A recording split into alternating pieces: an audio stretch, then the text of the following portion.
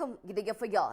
நாட்டின் பல்வேறு இடங்களில் நிகழ்ந்த குற்றங்கள் மற்றும் அதன் பின்னணி பற்றிய தொகுப்புகளை இப்போது பார்க்கலாம். தூத்துக்குடி அருகே சட்டவிரோதமாக மதுபானம் விற்றதாக விசாரணைக்காக அழைத்துச் செல்லப்பட்ட இளைஞரை போலீசார் அடித்தே கொன்றுவிட்டதாக உறவினர்கள் குற்றம் சாட்டியுள்ளனர். இளைஞரின் மரண வாக்குமூலம் சொல்வது என்ன? தெலுங்கானாவில் 2 கிலோ தங்கம், 50 லட்சம் ரூபாய் வைப்பு தொகை, அடுக்குமாடி குடியிருப்புகள் என 150 கோடிக்கு சொத்து குவித்த என்ஜினியர் கைது செய்யப்பட்டிருக்கிறார். லஞ்சம் வாங்கியே சொத்து சேர்த்து வந்தவர் சிக்கியது எப்படி? உத்தரப்பிரதேசத்தில் 10 மாதம் சுமந்து பெற்றெடுத்த தாயை கொன்றுவிட்டு சிறுத்தை தாக்கி இறந்ததாக நாடகமாடிய மகன் கைது செய்யப்பட்டுள்ளார். அரசிடமிருந்து 5 லட்சம் ரூபாய் இழப்பீடு பெற நாடகமாடியவர் சிக்கியது எப்படி?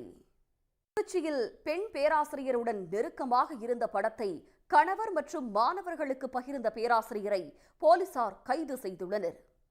சென்னையில் ஏரியாவில் கெத்து காட்டுவதில் ரவுடிகளான நண்பர்களுக்குள் ஏற்பட்ட தகராறு கொலையில் முடிந்திருக்கிறது.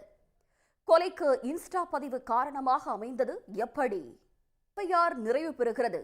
நன்றி, வணக்கம்.